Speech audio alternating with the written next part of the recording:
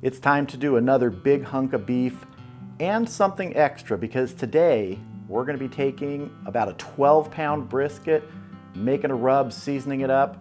We're going to get it out on the Lone Star Grillz offset smoker, and while that's finishing up out there, we're going to make some Bacon Chipotle Beans.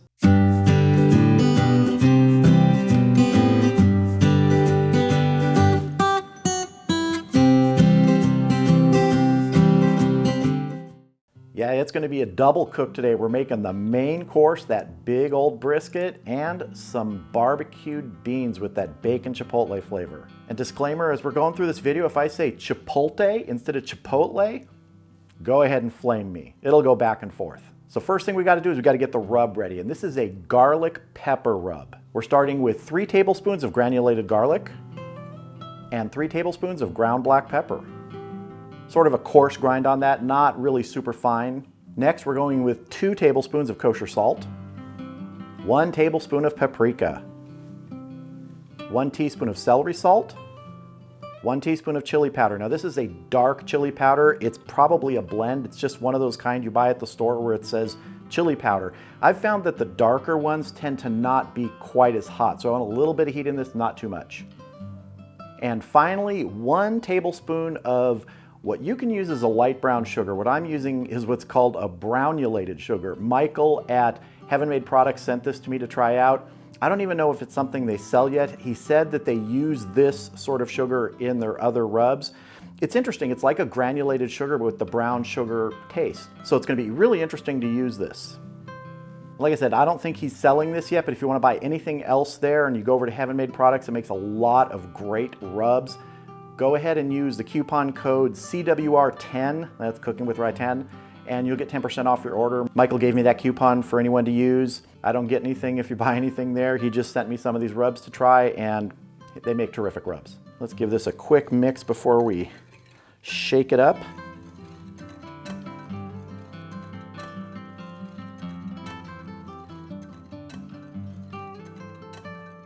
There we go. Let's get our brisket out here. So here it is. This is a 12-pound USDA choice brisket. I'm gonna go ahead and do a quick trim on this. I'm not gonna do a lot of talking, just wanna get that part done. And I always say, if you want to know how to really trim a brisket, go over to Smokin' Joe's Pit Barbecue channel or Aim 'em and Claim 'em Smokers channel. I'll put links in the video description below. That's Joe and James. They know how to trim briskets. They do a lot of briskets. I do okay. So let's just go ahead here and start trimming.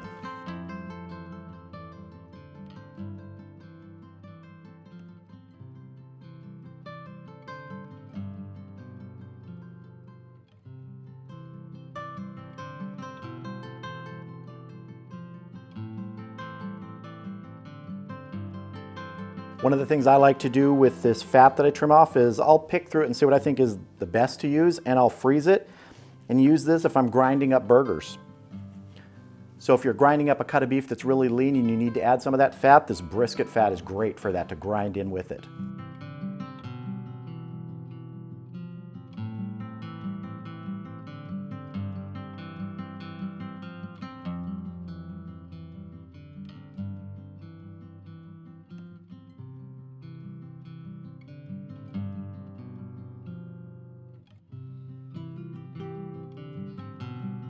See any of this little big pieces of sort of that silver skinny membrane over here, the big pieces. I'm not going to go through and get all this like it would in comp, because I am not a competition cook. Couldn't do that, even if I wanted to. I don't have those skills. I'm more of a lazy cook. I like to get it going and kind of sit there and smell the smoke. All right, that's good enough for me. I don't want to massacre it anymore, so let's go ahead and get this rub on. I don't have the rub in a shaker, it just made it, so we're just gonna sprinkle this on here. Try and get a good coating everywhere.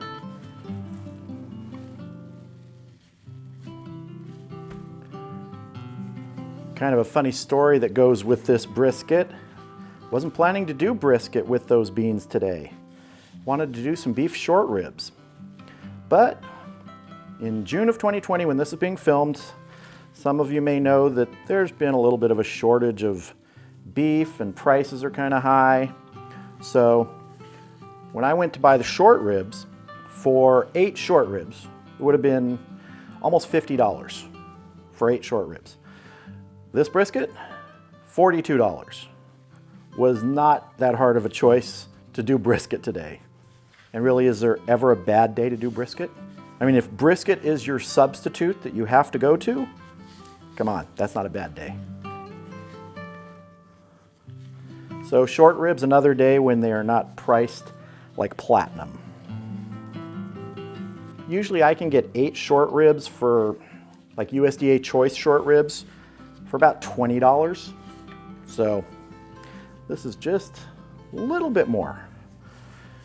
And I will be smoking this fat side down today. People always ask me why I choose that. I've done it both ways, fat side up, fat side down.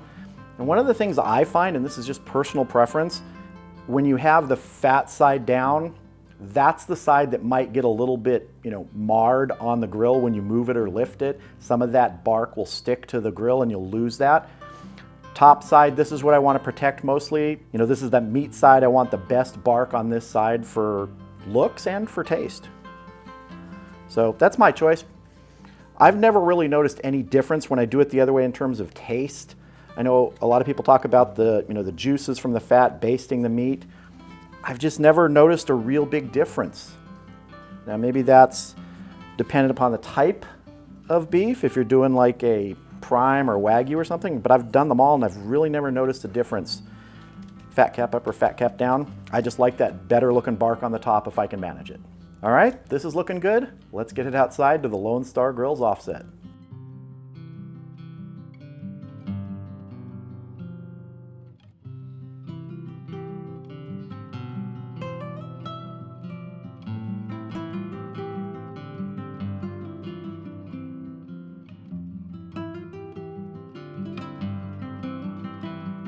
All right, we're showing 41 degrees internal. That's perfect. This has been sitting out for about half an hour. I generally don't let, big cuts of meat like brisket, pork butt, things like that sit out and come to room temperature like a lot of people suggest. I've tried that many times and I've really found no difference in the results at the end of the day. I mean, if it takes an extra 20 minutes, 30 minutes to cook, maybe that's the difference, but I feel just more comfortable taking it out for a short amount of time, getting it rubbed up and getting it on the grill. So let's go ahead and close this up and get smoking.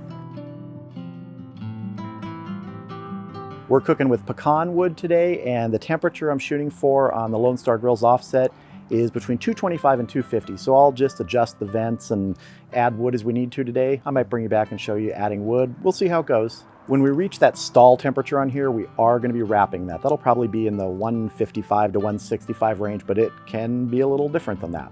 And when we do hit that stall range and we wrap the brisket, that's where we're going to start on our beans. So I'm going to put another half split of pecan on it right now, and we're going to close up the firebox and keep smoking.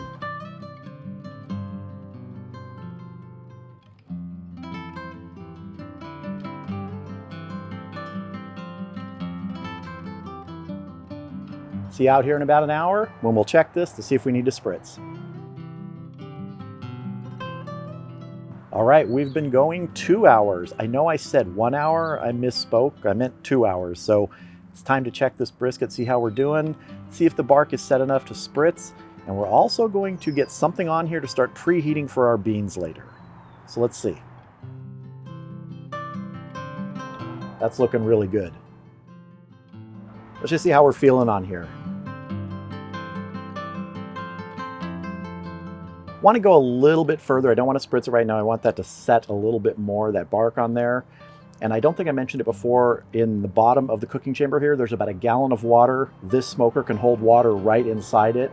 So that's providing the moisture in here. That's why I don't have any water pans. But I'm just going to let this keep going. We're going to let this keep smoking. Our pit temp at this 2 hour mark's right above 250 and the internal temp's just over 100. So we're looking good. And right now I want to go ahead and get my cast iron Dutch oven on here to start preheating for when we get those beans going.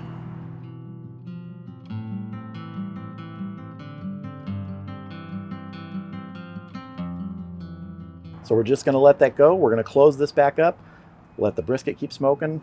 That cast iron Dutch oven will preheat so that when we move it to the firebox griddle to saute up our bacon and some of our other ingredients, it'll be ready. Won't have to heat up too much. But then once those beans are in there, it's coming right back on here to smoke while the brisket is wrapped. We've still got a while to go to the wrap stage here, another 50, 60 degrees until we get to that stall, so we're doing good. I'll see you back here when it's time to wrap that brisket. All right, we are at the 4-hour mark. It's getting a little breezy here.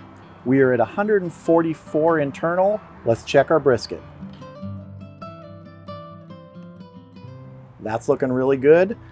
I think it's time to give it a little spritz.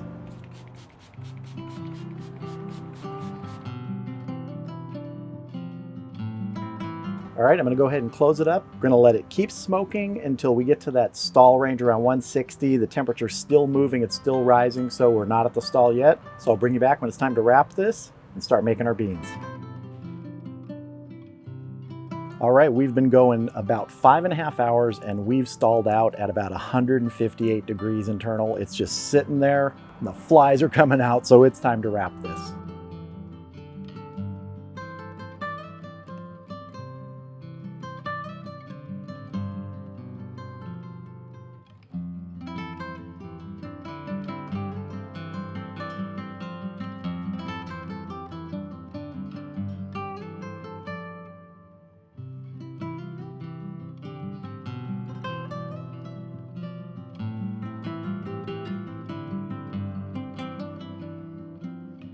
All right, let's get our beans going.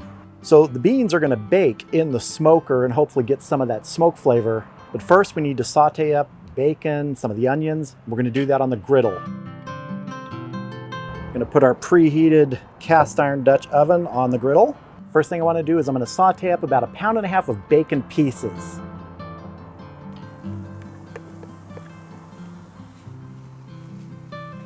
I'm not trying to crisp this up, I just want to get it cooked through a little bit, get some of that fat rendering. Now I'm going to add 1 red onion that's been chopped. If you don't like red onion, use yellow, white, whatever you like. I like the red onion, a little bit of sweetness. You know, it's really warm standing by this firebox, but got to do it. All right, now I'm going to crush 5 cloves of garlic in here.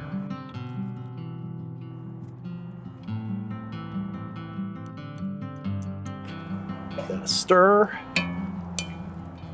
Now I'm going to add 2 chipotle chili peppers in adobo sauce that have been chopped up. Now come the beans. This is 3/4 pound of pinto beans that were soaked overnight and rinsed off.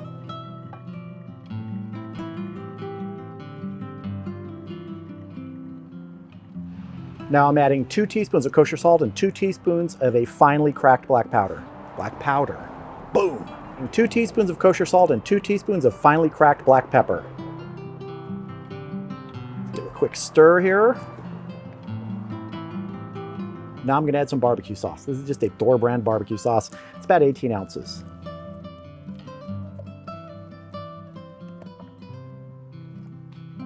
Using those simple barbecue sauces as a base is a really easy way to do this. Now I'm going to add some vegetable broth. I'm not going to add all of it at once. I want to get some in here first, stir this up, and then I'll add the rest once we're back on the smoker.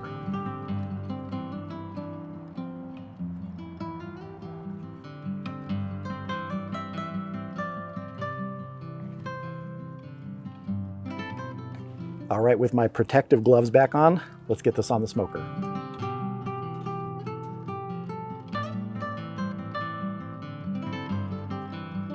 I'm gonna go ahead and add some more broth now, and if I need more liquid to bring it up to cover the beans, I'll just add plain water.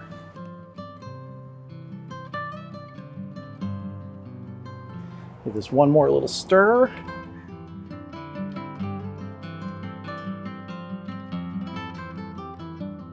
All right, I'm gonna close this up. We're gonna let our brisket keep cooking, and we're gonna let those beans start to really come together. We'll check on these beans in about an hour. All right, our beans have been going for an hour now with the brisket still wrapped and moving up in temp. Let's take a look at those beans.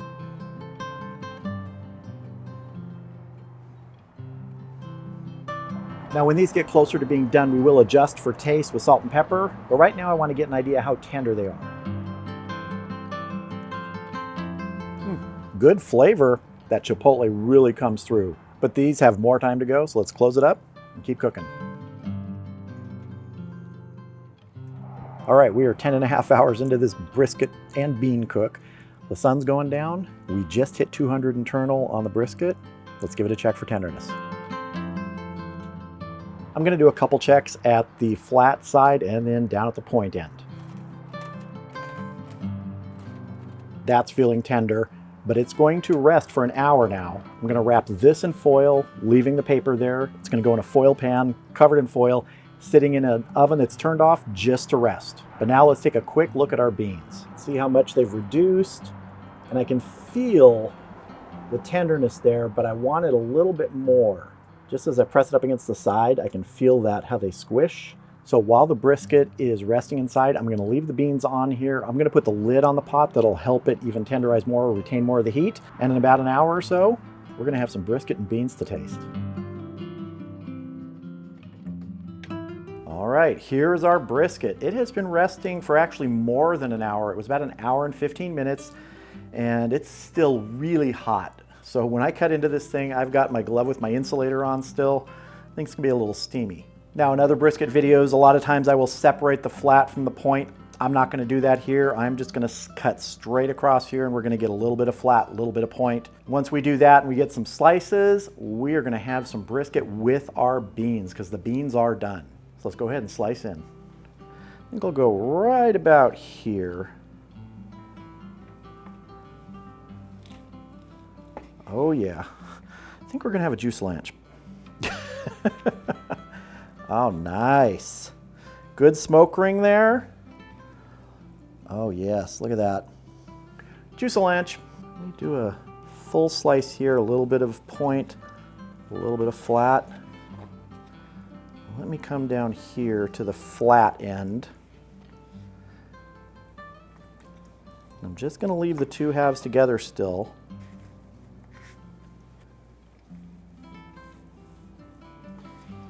Oh yeah. Nice and bendy. Let's give it a little pull. Looking good. All right, I'm gonna go ahead and cut some slices, and then we're gonna plate some of this up, have some beans, because it's time to taste. Okay, here we go. Some sliced brisket flat, some point, and these are actually little pieces of flat, which were very near the end, got that little sort of burnt end, very barky bit on them, and these are good. But one thing that's interesting is the point, super tender, super juicy, right on point. The flat didn't get to where I'd wanted it. It just for some reason didn't get to that full level of tenderness. Here's a little hint. Saving grace if you have some brisket that's a little bit dry, and this isn't terribly dry, it's just a little bit dry and not quite as tender, save those juices. You just put them on here. You can see this right here. It's just like an au jus on there. Really good, adds a lot of flavor too. So I'm gonna go with one of these pieces of the flat. I know it looks like a point burnt end, but it's not. This is cut from the far end of the flat, and it is really tender. This part did get super tender. So let's have a taste of that. Oh yeah. And let's cut some of this flat right here so you can see. It's still tender, it's just not as tender as I'd want it to be. It's not super pull apart tender. Let's see. Now remember, we had that pepper garlic rub on this, and I already got a good hint of that on there, so let's see how we got here. Ooh. It may be that I'm being a little bit harsh here. It is really tender when you bite it. I just really like that super floppy pull apart. I mean, it's coming apart, but you do have to pull a little bit harder here, so it's not exactly the way that I'd like it, but when you take a bite, now let's try some of that point. That is what I'm talking about. It just falls apart, dissolves. So the point hit exactly where I wanted it to. Totally happy with that. Not unhappy with the flat, I just am picky with myself. I would have rather gotten it to where I exactly wanted it. And it has a nice smoke ring and everything, so a little bit more tender, a little bit more juice. I would have been 100% happy with the flat, but the point, totally happy with that. But before I go, got to try some of these beans, these Bacon Chipotle Beans. Oh, here we go. Oh, that is nice. Just the right amount of kick, not too much heat, enough bacon in there that you're actually getting like pieces of bacon. It's almost like pork and beans with a lot of extra pork in there. I didn't even stop to adjust flavor on this, and I'm realizing now I didn't need to. Doesn't need anything else, no salt, no pepper. This is just right. And of course, I have to try some beans with a little bit of brisket here. We'll put some point on there. So we have our brisket and beans together. Let's see. See, pork and beef can be friends. So if you've already got the smoker fired up to do a big old brisket or maybe a pork butt or ribs or something like that, give yourself a little bit of planning ahead time and make some beans. Get them on there with some of that smoke hitting them, giving them extra flavor. It'll pair perfectly with whatever else you're cooking, be it brisket, pork butt, ribs, anything.